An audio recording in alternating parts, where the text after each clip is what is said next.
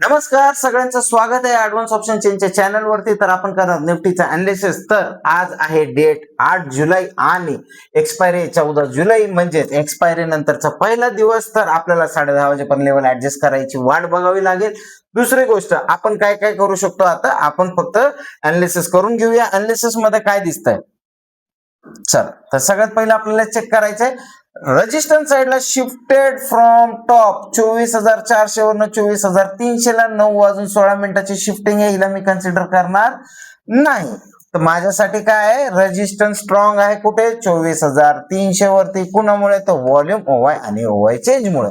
Very good. चला आता येऊया सपोर्ट साइडला. सपोर्ट साइडला शिफ्टेड फ्रॉम टॉप दाखवतोय 24,300 वरून 24,250, 9:22 शिफ्टिंग आहे. सरळ सपोर्ट साइड मधनं बेरिश प्रेशर मला दिसत आहे.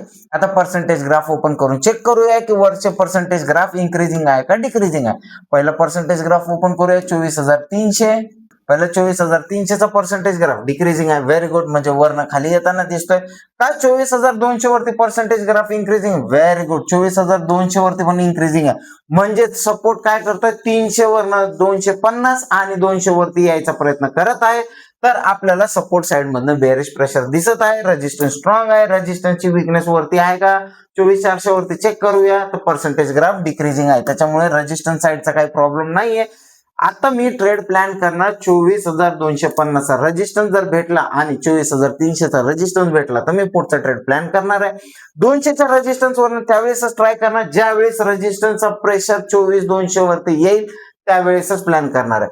3-3 मिनिटं पुढे जाऊया, लेवलची वाट बघूया. आपण 10:30 पर्यंत जाऊया. 10:30 वाजता काय झालंय चेक करू. असंही आपण 10:30च्या आधी ट्रेड करत नाही. 10:30 वाजता मार्केट कुठं आहे, तर मार्केट आहे 24,250 च्या रेंज मध्ये. सपोर्टची जी वीकनेस होती वरची ती खाली गेलेली आहे 24,200 वरती. रेजिस्टन्सची शिफ्टिंग मला थोडस वीकनेस दिसतोय 24,200 वरती आणि 24,250. पहिलं 24,250 चेक करूया. व्हॉल्यूम इन्क्रीजिंग आहे. ओवाय चेंज पण इन्क्रीजिंग टू फ्लॅट आहे. ओवाय पण इन्क्रीजिंग टू फ्लॅट आहे. 24,200 वरती चेक करूया. 24,200 वरती इन्क्रीजिंग आहे. व्हॉल्यूम इन्क्रीजिंग आहे. ओवाय चेंज आणि ओवाय इन्क्रीजिंग आहे. आता थोडेसे फ्लॅट झालेले आहेत. चला, तर 250च्या रेजिस्टन्सला गेल्यानंतर आपण चेक करू. सपोर्ट जर परत वर यायचा प्रयत्न करत नसेल तर आपण तिथनं पुढचा ट्रेड प्लॅन करू शकतो. मार्केट 24,250च्या रेजिस्टन्सला टच झालेला आहे. सपोर्ट 250 वरती यायचा प्रयत्न करतोय. रेजिस्टन्सचा प्रेशर कमी झालाय का, रेजिस्टन्सचा प्रेशर चेक करूया. रेजिस्टन्सचा प्रेशर कमी होताना दिसतोय. इथनं रिस्की पुट ज्यांना बाय करायचे ते करू शकतात, पण लेवलच्या आता खाली आहे. जर परत रिटेस्ट भेटला तर आपण ट्राय करूया. लेवलच्या वरती कॅन्डल क्लोज झालेले. पर्सेंटेज ग्राफ ओपन करून चेक करूया काय दिसतंय. सपोर्ट साइडला पर्सेंटेज ग्राफ परत डिक्रीज होत होतं, इन्क्रीज होताना दिसतोय. म्हणजे सपोर्ट परत वर प्रेशर करताना दिसतोय. तर माझा जो पुढचा ट्रेड प्लॅन करायचा होता तिथे मला वाट बघावी लागेल. जोपर्यंत पर्सेंटेज कमी होत नाही तोपर्यंत. लेवलच्या खाली क्लोज झाल्यानंतर आपण एकदा चेक करूया. कॅन्डल आता लेवलच्या खाली क्लोज झाली. पर्सेंटेज ग्राफ ओपन करून चेक करू. पर्सेंटेज ग्राफ इन्क्रीजिंग होतं, तो काय करतोय आता थोडासा फ्लॅट होताना दिसतोय आणि पर्सेंटेज आहे तरी पण कमी आहेत. ज्यांना रिस्क घ्यायची असेल, जे रिस्की ट्रेडर आहेत त्यांच्यासाठी हा ट्रेड बनेल. गुगल मीट वरती केला होता, पण इंडिव्हिज्युअल मी हा ट्रेड केलाय का नाही केला. चला आपण रिटेस्ट वाट बघूया. रिटेस्ट आला तर आपण पुढचा ट्रेड प्लॅन करूया. इथे रिटेस्ट झालेला आहे. इथून आपण 1% एक पुढचा ट्रेड रिस्की पुढचा ट्रेड हा 20 पॉईंटचा एसएल असणार आहे. 20 पॉईंटचा एसएल हे माझं टार्गेट. पहिलं टार्गेट असणार 24,250. चला तर आता प्ले करूया. मार्केट 50% पेक्षा जास्त मूव्ह झालेला आहे. आता ह्या ट्रेडला मी एसएल कॉस्ट टू कॉस्ट करणार आणि ह्याच्यामध्ये लॉस बुक करणार नाही. काय बुक करणार नाही, लॉस बुक करणार नाही. याला मला 50% वरती ट्रेल करायचं. एसएल कॉस्ट टू कॉस्ट, चल करूया. आणि इथे माझं टार्गेट बुक झालेलं आहे. आता मला काय दिसतंय, ह्या ट्रेडला मी होल्ड करू शकतो का. ह्या ट्रेडला होल्ड करण्यासाठी माझं पर्सेंटेज ग्राफ एकदा चेक करावं लागेल. 250 वॉलेट जर डिक्रीजिंग असतील, अजून नाही डिक्रीजिंग नाहीये, त्याच्यामुळे हा ट्रेड मी होल्ड नाही करणार. चला तर पुढे जाऊया. 3-3 मिनिटं. लेवलच्या खाली कॅन्डल क्लोज झाली. पर्सेंटेज ग्राफ एकदा परत चेक करूया. पर्सेंटेज ग्राफ आहे का, नाही. मला 200चा सपोर्ट भेटला तर कॉलचा ट्रेड मी प्लॅन करेल. मार्केट परत लेवलवरनं आलेला आहे, खूप खाली क्लोज झालेला आहे, त्याच्यामुळे आपला हा ट्रेड बनत नाही. रनिंग कॅन्डलचा ट्रेड तर हा बनत नाही, पण लेवलच्या जवळ आलेला आहे 24,200चा सपोर्ट, पण रेजिस्टन्सचा प्रेशर मला दिसतोय इकडे. किती पर्सेंटेज आहे? इन्क्रीजिंग आहे 75%. त्याच्यामुळे मी थोडीशी रिस्क इथनं घेऊ शकतो. कॉलचा ट्रेड इथनं मी प्लॅन करणार आहे. इथं आपण एक पोझिशन लावूया कॉलची. 20 पॉईंटचं माझं एसएल असणार आहे आणि हे माझं पहिलं टार्गेट असणार. मार्केट 50% पेक्षा जास्त मूव्ह झालंय. एसएल आता मी कॉस्ट टू कॉस्ट करणार आहे, ह्याच्यामध्ये लॉस बुक करणार नाही.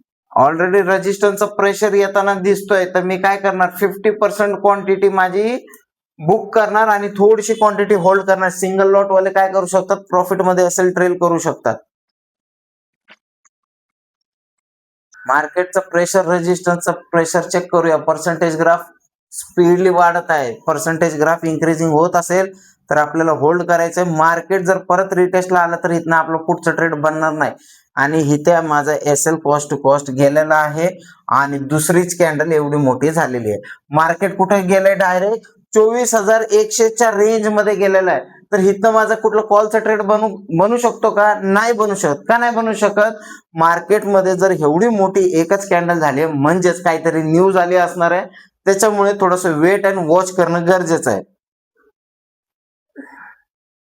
दुसरी कॅन्डल पण लेवलच्या खाली एवढे मोठे जर कॅन्डल बनत असतील तर इथनं माझे ट्रेड बनणार का? नाही बनणार. सपोर्ट मध्ये बघा, सपोर्ट मधनं सगळे हल्लेत, इथे दिसतंय तुम्हाला, सगळे हलून गेले. त्याच्यामुळे आपला इथनं कॉलचा ट्रेड तर बनतच नाहीये. कारण मार्केटमध्ये काही न्यूज असेल तर कुठलाही डाटा, कुठलाही इंडिकेटर, लक्षात घ्या, ज्या वेळेस मार्केटमध्ये मोठ्या कॅन्डल्स बनतात त्यावेळेस समजून जायचं की मार्केटमध्ये काहीतरी न्यूज चालू आहे. तर न्यूज चालू असताना आपल्याला थोडस कॉन्शियस होणं गरजेचं आहे.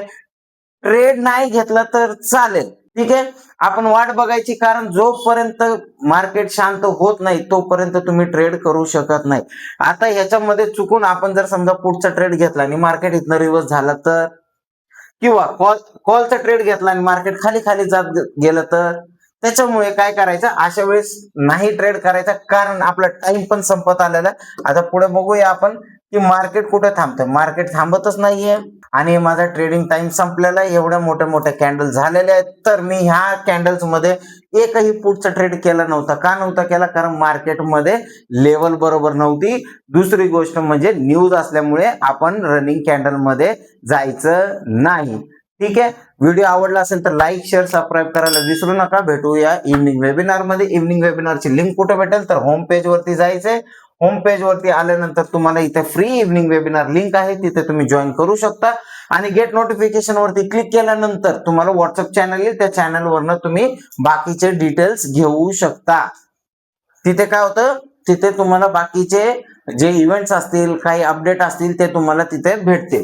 दुसरं, जर तुम्हाला एओसी शिकायचं असेल तर एक्सप्लोर कोर्सेस वर क्लिक करायचं. एक्सप्लोर कोर्सेस वर क्लिक केल्यानंतर पुण्यामध्ये एक बॅच चालू होणार आहे 30 जुलै पासून.